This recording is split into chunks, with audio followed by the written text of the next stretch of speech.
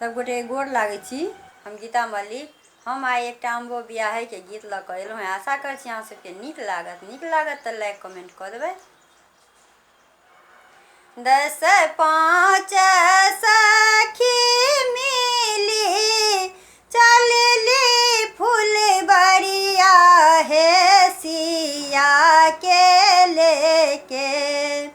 10 5 सखी मिली चलली फुलबरिया हे सिया के लेके। साठी लेला सिंदूर पिठार हे सिया के लेके। साठी लेला सिंदूर पिठार हे सिया के लेके। 10 5 सखी मिली चलली फुलबरिया हे सिया के लेके।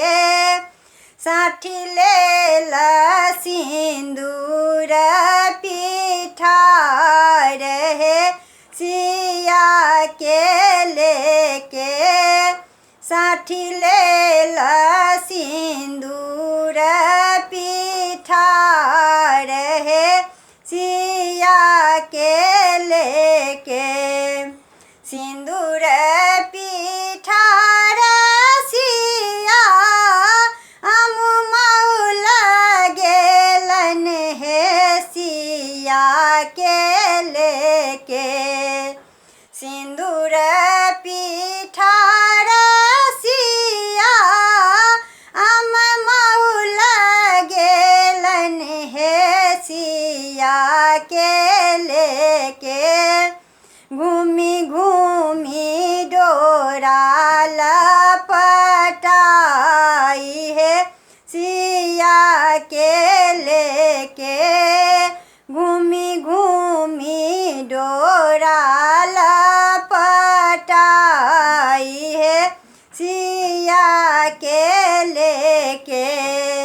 10 5 सखी मिली चलली फुलबरिया हे सिया के लेके। साठी लेलन सिंदूर पिठार हे सिया के लेके। साठी लेला